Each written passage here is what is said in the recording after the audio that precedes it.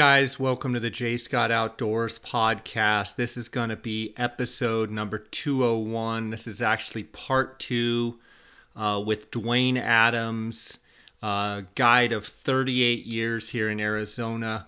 And he's kind of the first guy to start glassing with a tripod.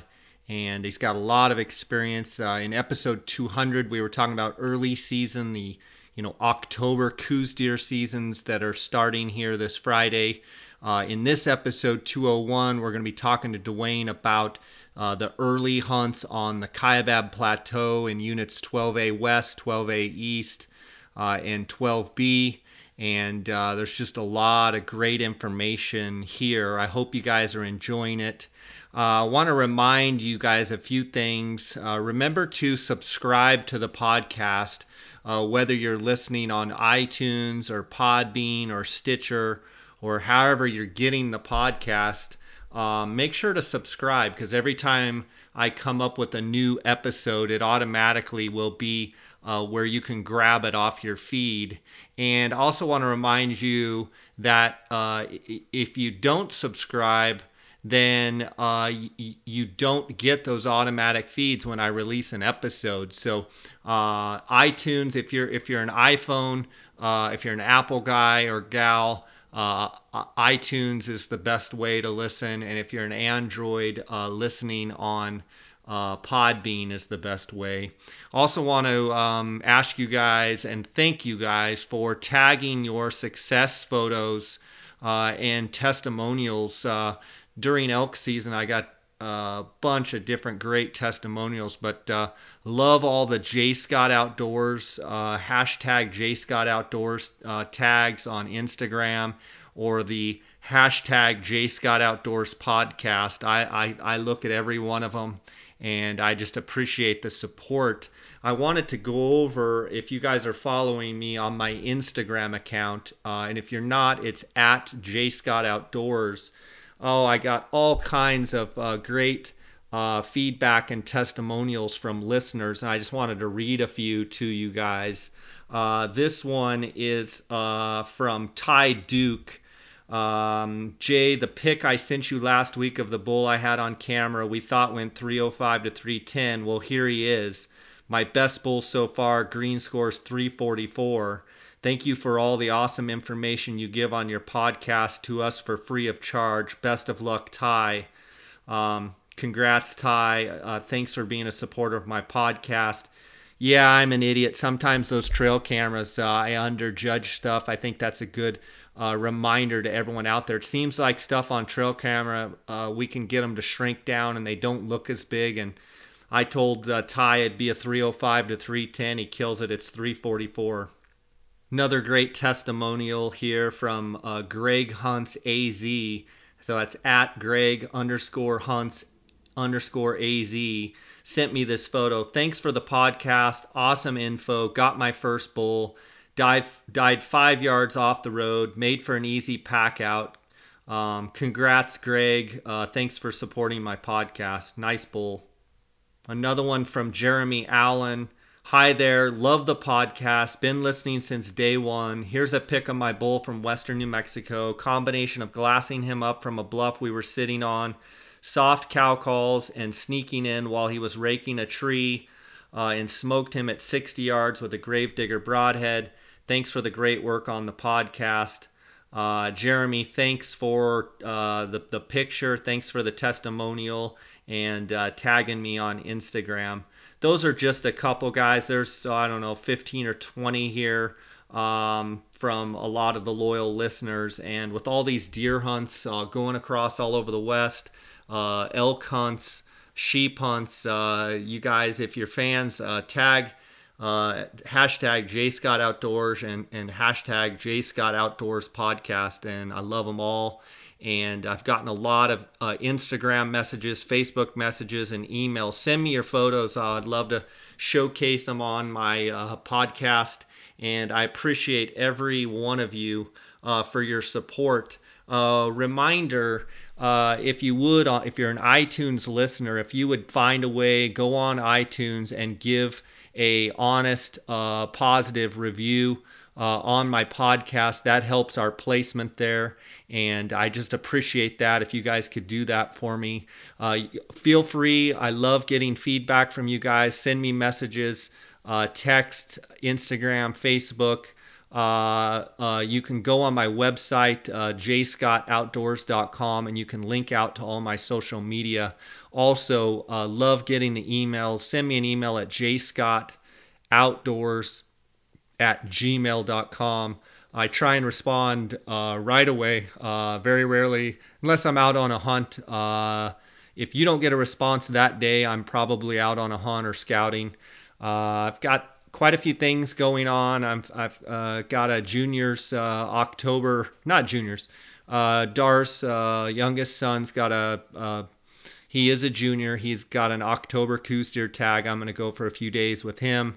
We're still scouting for the auction, Arizona auction, Desert Bighorn tag. This past weekend, I was up in Unit 15D. I've got a general season hunter there. Actually going to do it with a bow, and he's from Texas. Great guy. He actually met me. We went and did some scouting. Looks like we've got about a 50% die-off from pneumonia in that unit. I knew the first afternoon from glassing that we were probably going to be a little bit in trouble, and it turns out that's kind of the common theme of the helicopter survey. So let's just hope that the sheep can stabilize and we keep those losses at 50% there in that Unit 15D. And we're still going to have a great hunt. We're going to do the best we can. And, it's a great opportunity for him to get a Desert Bighorn with his bow. And lots of great stuff. Already starting to eyeball those late Coos Deer hunts coming up in December and January down in Mexico. And it's just an exciting time of year. I've got a great friend that's got a 13B strip tag, and so I'm going to get to go up and enjoy some strip tag 13B action again this year, and hopefully he can get a big old buck like Parker did last year. So guys, let's get right to this episode with Duwane Adams. I want to thank him for coming on, and 40 years of hunting, 38 years of guiding in the state of Arizona. Just a great wealth of knowledge, and I hope you guys enjoy this podcast. I want to thank all of you guys for listening and your support. Okay, Duwane, I want to transition into talking about also this Friday is the the early season Kaibab hunt, I believe in 12A West and East. Is that correct? That's correct, and 12B as well. 12B as well. Can you give the listener, well, first, how long have you been hunting the Kaibab Plateau, and would you give a little bit of history on the Kaibab Plateau and the deer that inhabit that area? I've been guiding the Kaibab for 38 years, and I've been hunting it for 40 years. And it cycles, unlike Coos Deer, immensely. There are less deer today than there was before, and I think that's just the way it is with mule deer. They're not as aggressive of breeders as the Coos Deer are, and they cycle big time. And there's less deer today than there was when I started. So you've seen cycles where the deer go way up and way down, and you say we're pretty far down now? I would say we're down. I wouldn't say it was down as far as I've seen it before, because in the 70s it was worse. In the late 70s it really got bad. But the fire that they've had on the Kaibab up there in the last 4 or 5, 6 years have made a big difference in food, and I really think that that's the problem, is that they stopped, the environmentalists stopped it from chaining and prescribed burns and stuff that was going on up there, and I think the food level has just absolutely fell off, and when it falls off, those deer can't make it, because that's a true migrating herd. They literally migrate almost 40 miles off down to the winter range and then turn around and they migrate back up. So if that food level is all the way down, changes, then those deer struggle. How much do you think predation plays into it? Well, I think it plays into it immensely. I think that's unbelievable. There's lions up there by the hundreds because of the Grand Canyon National Park. That's just a sanctuary for lions. So those lion hunters, I've listened to them talk all my life, and when they come out of that park, I mean, those lions are from there all the way over to the Strip across there, all those national monuments. I mean, there's no way to hunt those lions in there. So, I mean, it's just a breeding zone. How do you see the early hunts in the Kaibab as far as strategy? They give a lot of tags. What is a strategy for someone that's going up there this weekend, in your mind? What should they be focusing on? Well, I'll tell you how we're killing the big deer. We're not killing those big deer until Tuesday or Wednesday. And how that is, Jay, is what we have found is that the hunters will push those deer off the top of the mountain. And then they push them to what we call push zones. And every year, those places that hold big deer that we've hunted for 30 years, those deer will start filtering into those holes. I can't kill them on top of that mountain. And I'm just being as honest as I can be, because the trees are too thick, and what little burns there is up there, there's a hunter every 100 yards. So I stay away from that stuff, and I wait for them to shove the deer down, and they'll start coming down. And when they start coming down, then serious hunting starts. I assume that it's very I've been to the Kaibab a few times. I assume it's very glassing oriented as well. It is for me, because I can't drive around those ponderosa pines. I don't know how to hunt them, because you can't glass in that stuff, and a deer takes one bounce and it's over. So I mean, that's just a road hunting dream and a glassing nightmare. For sure. What do you find those deer in this early season? What are they feeding on? Well, they start feeding on the forbs. That's the way God designed it, and they feed all top that mesa on the little grass and little forbs right down low to the ground. But once it freezes, that changes the game. Once it freezes hard, that stuff dies, and for whatever reason, they don't like the taste of it anymore, and they start to drop down. They drop to the oaks. That's the next level that God designed, is the oak level, and that's the acorns and all the buds off of that. And then once they leave that, they go right on down to the sage and the cliff rose, because if they get 2 foot of snow, that food is right at the top of the sage and the cliff rose, so they can just nibble all along all that. They don't got to put their head down in the snow. You mentioned on the coos deer that you've been around 495 total coos deer harvested and 45 B and C. I was curious if you also have a rough number of how many mule deer you've been associated with. I've killed 80 mule deer over 200 inches. Wow, 80 mule deer over 200 inches. Yeah. Wow. I've guided. Wow. I've guided. I've not killed myself, but I've guided. Right. 80 bucks over 200 inches. Wow. How many of those would you say are on the Kaibab? All of them. Oh, wow. So over the year, well, let me back up. Can you explain to people about the east side and the west side, and maybe what the differences are between the two units, talking about 12A East, 12A West? Yeah, the east side is very difficult. It's very tough. It's cliffy, and it drops off thousands and thousands of feet when those deer fall off there. And the west side's like a loaf of bread. That's the best way I can put it. It just kind of gradually slopes down all the way down to the winter range. And on the east side, it drops off just miles. There's only 2 roads down to the east side that get you in the bottom, and that's it. And both of them are not very good roads at all. And when the snow gets bad, they're brutal roads. They can be very scary. So there's a quarter of the deer on the east side that there is.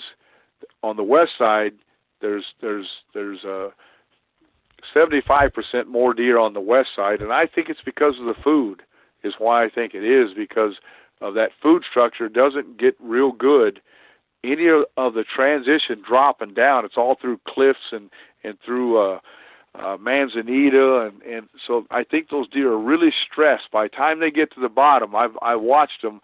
There's no water, except down to the bottom of the buffalo ranch. And those deer pile into that buffalo ranch all along there, that loop road, and those drinkers. And I mean, it's unbelievable. Water's gold down there on that hunt.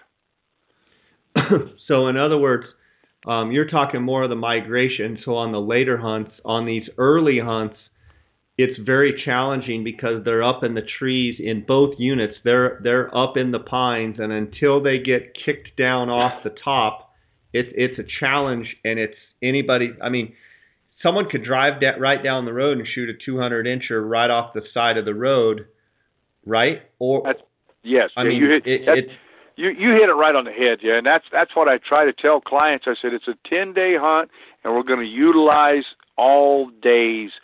We're probably not going to start seeing quality deer till Tuesday on. Then every day after that, we're going to see quality deer. 2 years ago, Jay, on Thursday, we killed a 226-inch deer, and in this canyon, we've killed 3 Boone and Crockett bucks in my 30 years in this same canyon, and this same canyon is right off the main road, but it's down 20 miles. And we checked it on the evening of the first hunt. On the early season, there wasn't a doe there. On Monday, one of the guys went in there, and he said, there's deer everywhere. They're all in there. So we kept checking, and we just check it, and then on Thursday, there that buck was. He had 22 scoreable points. Wow. So they're very pressure related. As soon as they really get hammered, they start moving. Yeah, they're nothing like a coos deer. You better believe it. When the pressure starts up there, and they start pushing all that pressure, then those deer start to move. And then you've got the pressure that's pushing them, and you also have the food sources have changed. So both those things play in for those deer starting to move. How do you see the big fire? I believe they had a big fire up there. Do you think overall it had a positive effect or a negative effect on the deer? I think it was a blessing. And how did it affect the hunting? Better or worse? I think it was a blessing, and that the deer had a lot of food, and it's a negative because those guys can see them now, so they can shoot the heck out of them. So that's why I'm telling you, when the shooting starts up there and those burns, those deer leave. Gotcha. That's interesting. And the hunt, this early hunt that started, we're not going to this year, it looks like it's going to be bluebird and warm as can be, but how does bluebird and warm make the hunt compared to, we've had some, early and freak kind of snows. How would you see it being a different type of hunt in that situation? Well, then you have the weather that's going to push the deer, and it's not going to be the hunter's going to push it. And nature always has a bigger effect than somebody does pushing them, because that's nature. They're going to start to move, and they'll move on down way before any hunters get there, like you're talking about some of the freak snows we've had up there in the past. But now I'm just waiting, and this year was a prime example. Those deer won't be there till Monday, Tuesday, Wednesday, Thursday, and a lot of hunters will panic by then because they won't think that they're going to kill a deer. But to kill the caliber deer we're wanting to chase, those deer will not be huntable till middle of the week. Gotcha. Very interesting stuff there. Let me think about. Let's take a quick break here. Guys, the title sponsor of my podcast is GoHunt.com Insider, and they're doing a 30-day free trial exclusive for the J. Scott Outdoors podcast listeners. Go to GoHunt.com/JScott and click on the blue free trial button and go through the steps. It only takes a couple of minutes. You will be required to provide a credit card, but you will not be charged until after the free 30 days. You can cancel at any time within the first 30 days to prevent being charged. If you have any questions at all, you can email freetrial@gohunt.com and someone from the GoHunt team will promptly respond. This is your opportunity to see what all the buzz is about and the filtering 2.0 system and the application strategies for the Western hunter. Real game calls featuring the elk reel.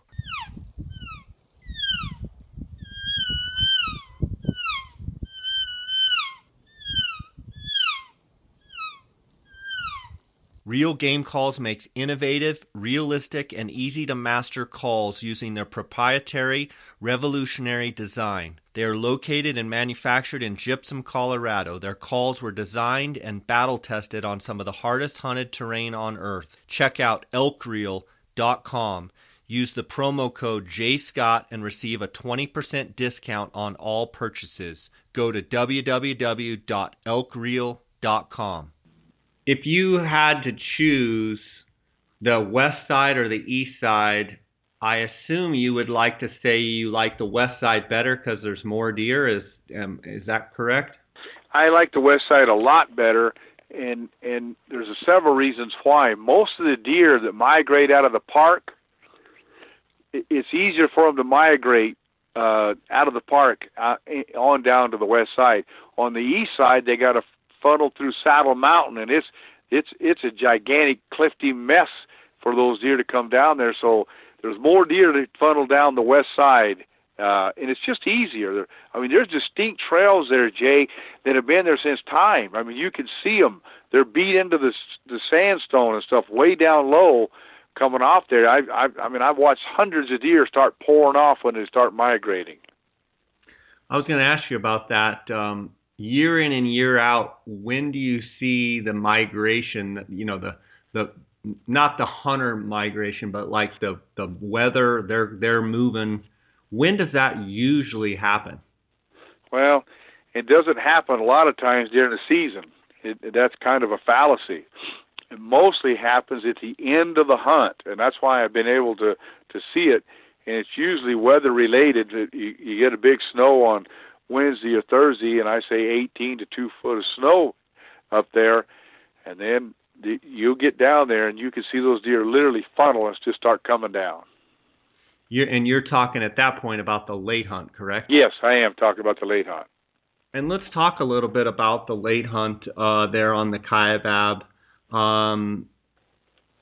Typically on the normal dates that we have, do you see quite a bit of rutting, or is it kind of pre-rut activity? No, on the late hunt, it's the rut. It's nature takes its course, and those bucks are chasing, and they're chasing hard, and it's pretty simple.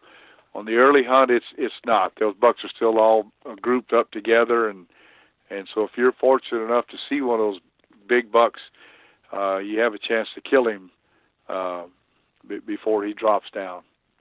Is one of the challenges on the late hunt when they're rutting, trying to find a deer and get on him and get him shot because he's moving around so much? That's a darn truth. I mean, I tell clients all the time, I said, look, we're not going to find this deer again because he's going to be moving. So, and, you know, I try to score him the best I can and tell him what the deer is, because if the next day he might be 10 miles below us. Gotcha. How does, this is kind of a side question, 12B, you mentioned 12B. Do you hunt it also? Sure. We guide it all the time as well. And that's the same thing we're talking about, that on the early season, that is a brutal, brutal hunt. And I tell people that all the time. You know, we'll guide you out there, but you got to realize that there may not be any deer, and it's not my fault because they're not here yet.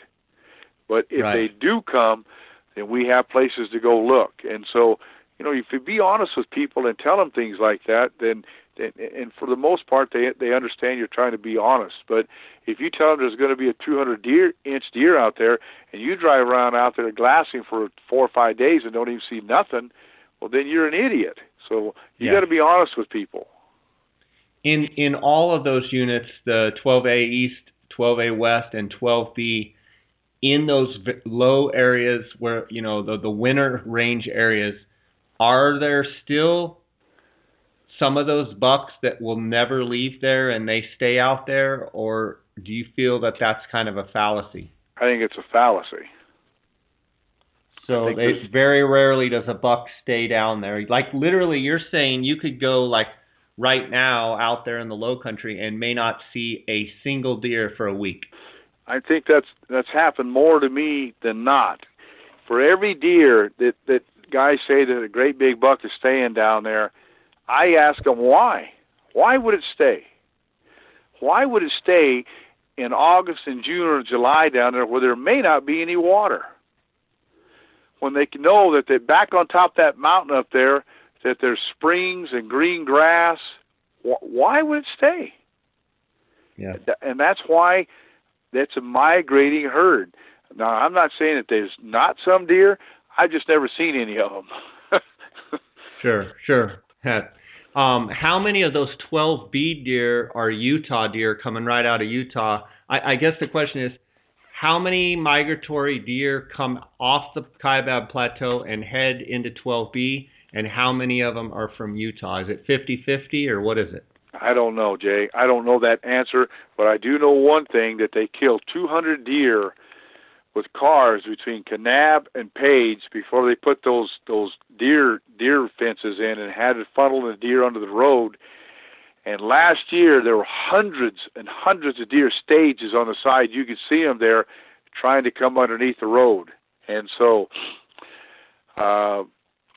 it could be 50-50. It may be 60-40. I don't know how you calibrate that. But a lot of deer from Utah come in there.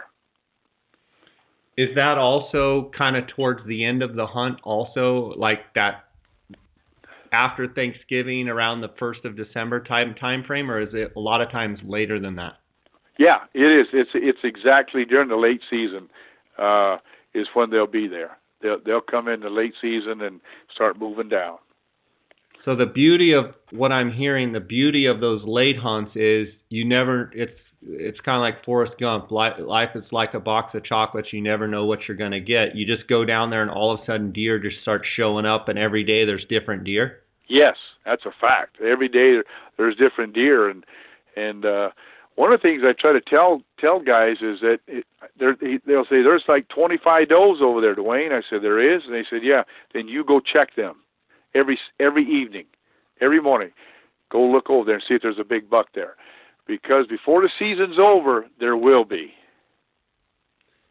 I heard you say in the coos deer thing where you kind of focus on an area for a big buck and you kind of hit it from different angles. What I'm hearing you say kind of mule deer hunting, and a little bit more than this early hunt, a little more transitioning in the late hunt, is you might be a lot more mobile and bouncing around, checking different doe groups. Is that correct? Oh, that's a key. That's a real key. I don't hunt mule deer nothing like coos deer. And that's a lot of trouble for a lot of guys that are great coos deer hunters. They go up there, they struggle because the tactics are way different, Jay, and chase a big mule deer. You've got to be mobile and you've got to be able to drive miles because those deer are moving from pressure or from the weather or whatever, and you better know the next zone those deer are going to. If you don't, then I see it every year, guys that come into camp say, Duwane, there's deer tracks all over up there, and we can't find those deer. They've left, and they've moved to the next zone, and you better know that zone they're going to. Every year, does the timing of that zone, does it differ a little bit depending on weather? Every year. Every year it's different. Last year, Jay, we hunted farther out on the points than we have in the last 10 years. And we have a place that we hunt out there, and I usually have somebody in camp. I say, go check this, you go check that, you go over here, you know how that is. And one of them came back, and he said, it looks like Africa out there. I said, are you serious? He said, there are hundreds of deer out there. I said, you got to be kidding me. He said, I'm telling you, Duwane, there's bucks everywhere. We drove out there and killed 2 bucks over 200 inches that day, and I hadn't hunted there in 10 years. They weren't there, Jay, but they were there last year. Wow, that's pretty neat. What effect, now I want to specifically talk about the early October season that's about to kick off.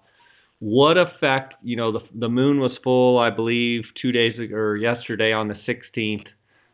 What effect does that moon play in activity on those mule deer on this early hunt? A lot, and I'll tell you what it does. Those deer generally go to bed way early, or they're already in bed by the time the sun comes up. But it's just the opposite in the evening. They usually get up earlier to feed, and so we've learned that if there's a full moon and all of the all the arrows are pointing in that direction, then we're generally just glassing the northwest side of pockets, and we stay in the northwest side all day. We don't get out of it. So the moon is a huge. What if it's a dark moon? What would you say? Well, I don't know that. I mean, all I know is that when it's bright and you can see in camp without a light, it's not looking too good for big bucks. Yeah, it's tough, isn't it? Yeah, I mean, I'm being honest. It's tough. Some guys think that you're Duwane Adams. You can wave a magic wand and kill one, but you got to have common sense. It's also the way things happen, and so if you don't have those deer moving down and they're in those pines, you got problems. You got to wait till they come down so they're huntable. Yeah, for sure. No, that makes sense. That's good stuff. Wow, a lot of great information here. So you're leaving in a few days to be up on the Kaibab? Yes, I'm leaving tomorrow. Okay, great. And you set up, you typically have a big camp up there, don't you? Yes, I have a big camp, a cook, and we, I have guides like you that are real quality individuals, and we have a lot of fun. And so we just chase big deer, and the key is why we go a couple of days early is we try to see where those deer are and where they're at, and then we know the next move where they're going to be next, and that's really why I go early. Trying to figure out which zone you were talking about earlier, where exactly they're at. That's exactly right. And once you figure that out, a lot of people, Jay, they'll hunt the whole hunt right up on top of the highway, all 10 days up there, and they don't realize those deer, the big deer, have gone. They've started moving out when the pressure starts. I have known the owners of the Outdoorsmans in Phoenix for over 20 years. They are the authority on optics and hunting gear. Outdoorsmans is the leading designer and manufacturer of high-quality tripods, mounting accessories, and pack systems for all hunters. Their customer service is the best in the business. Go to outdoorsmans.com or call 1-800-291-8065 and use the J. Scott promo code to receive 10% off any products. I have known the owners of the Outdoorsmans in Phoenix for over 20 years. They are the authority on optics and hunting gear. Outdoorsmans is the leading designer and manufacturer of high-quality tripods, mounting accessories, and pack systems for all hunters. Their customer service is the best in the business. Go to outdoorsmans.com or call 1-800-291-8065 and use the J. Scott promo code to receive 10% off any products. What have you seen as far as, 38 years up there on the Kaibab, what have you seen as far as size of bucks? I'm not talking numbers of deer. I mean, is right now the heyday, or were there were, sections of years that was just unbelievable? You hear people say, oh, the heyday is gone. What's your thought on that? Well, I think that the heyday is gone compared to what it was. But I think all you got to do is look and see that the caliber of bucks that they're killing with the governor tags every year. So it's really not gone. It's just the numbers are gone. There's still world-class bucks up there. Jay, I don't know if you know this or your listeners, there's been 4 bucks killed in the Kaibab since the records have started, all over 300 inches. And Ryan Hatch and I have talked about this from Muley Crazy on many occasions. 4 bucks, the biggest being 344 inches, and that buck's in Williams at a little sporting goods store there, and I've seen it. 344-inch mule deer. Wow. About 7 or 8 years ago, Jay, a gentleman killed a deer on the early season, like we're talking here, that scored 319 inches, and Ryan had a big article in his magazine about it. But listen, God knows what could grow up on that mountain. Yeah, for sure. Would you like to see him lower the tags a little bit? If you had, in a perfect world, would you like to see less tags, or what's your thought? I actually would like to see him where they would. Todd Buck, the game warden up there, is a good friend of mine and does a good job but has his hands tied. Is all the states do. You know how that is. He would really like to chain down areas and do things to have some of that food come back. I think that's probably more important, because back in the 60s, all those chain downs, they did all that stuff in the 60s, and now they won't let them do it. So now you just have, miles and miles and miles of trees and no food. So in other words, explain to the listeners, if they don't know what a chaining is, Duwane, tell us what that is. What they did back in the 60s, they took two caterpillars and took anchor chains and drove and pulled trees over so that the sunlight could come in and the vegetation could grow, because there's zero stuff to eat in juniper trees for deer. They don't eat them. They hide. In other words, the juniper chokes out the grass and the forbs and things that deer eat. That's correct. That's what I'm trying to say. And they haven't been doing chainings in a long time in that area? That's correct. They haven't done them since the 60s. So Wow. We've been living off of the 60s to now. So if you went back in there and did all that stuff like they did back then you wouldn't have to do it, but every other year someplace go and chain this down and go chain that down and start chaining these different places down and let it grow back up. Then you'd have, it's no different than a garden, and that's the best way I put it. If you left your garden grow and never picked anything, and you had the stuff growing all the way to the top of the house, well, the stuff at the bottom is not ever gonna have any food value. So right. That's why they till it every year and they do all that kind of stuff. That's exactly the forest is not too much far off of a garden. Yeah, for sure. I mean, that makes sense. Trim it back is what you're saying. Sure. That's why God, I always tell people, if God would have wanted Smokey the Bear out there, he'd have had one. I like that. But, I mean, it's the truth. If the Lord would have wanted Smokey the Bear, he'd have had one in every mountain range. There's no Smokey the Bear. What they had was lightning striking and let it go through, burning all the underbrush and cleaning it all out. And then all the forbs grew back. And, every 8-10 years, a small fire went through. But what's happened, we've got environmentalists on our mind, and we're scared to death to cut anything down. So we have fires like the Chetasky fire. We have fire like the up at Big Lake that burned 500,000 acres and burned 7 or 8 communities down because we're scared to death to do anything now. Yeah, absolutely. That's the great point you make there, for sure. I mean, it feels like their hands are tied and they can't do what they need to do, or they're so overregulated that it just causes issues. That's correct. Man, well, it's been awesome talking to you. I know we could talk about all kinds of stuff, and we'll have to do some more on some other podcasts. I wish you the best of success here, and I believe you have hunters for this early season Coues deer hunt and for the Kaibab, both. Is that correct? That's correct, Jay, and I've got hunters for both. I do want to say one thing. I hope this comes out before the election, and go Donald Trump. I'm glad you said that. I think it's important on several. I think what's going on is really interesting, and obviously there's things that Donald Trump's done that I don't agree with, and you probably don't agree with. But I think we have, as gun owners, I mean, to me, it's a no-brainer from that issue alone, and then you take, if you want to get into a lot of the other social issues and a lot of the other issues.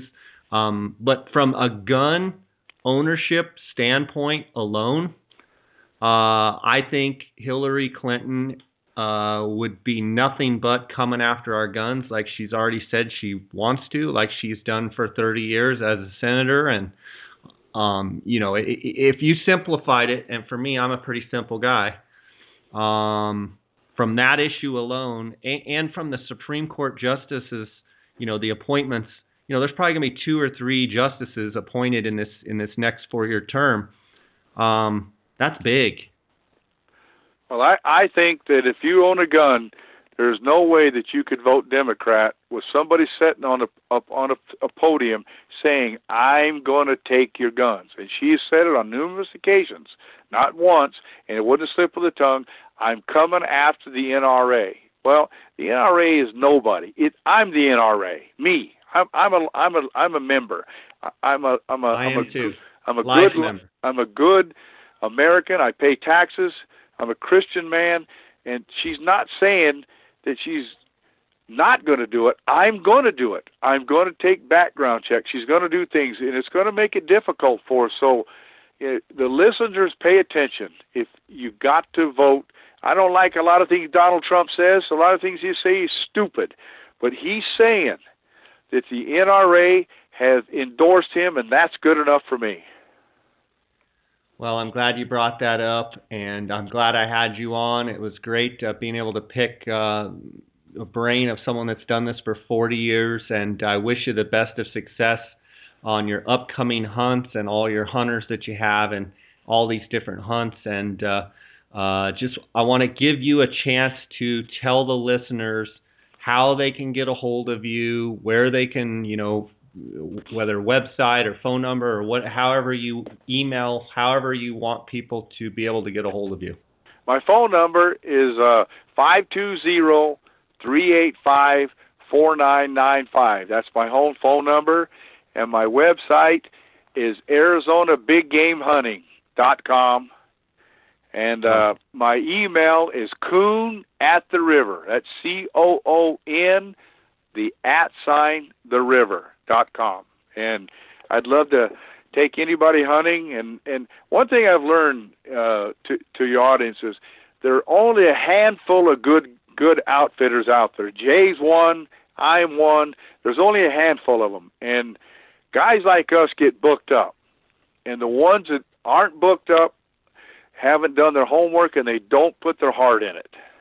Well, it's obvious you put your heart in it, and I've been a fan of yours for a long time, and I've read articles, and I've heard you speak in seminars, and when you speak, I listen, and it's been great to have you on here, and I just wish you safety and great hunt, and God bless you, and love to have you on again, and go up there and have a great hunt and knock them dead, and I'll be happy to see you whenever. It seems I see you random times, and I'm always happy to see you. So thanks for coming on and sharing your wisdom with us.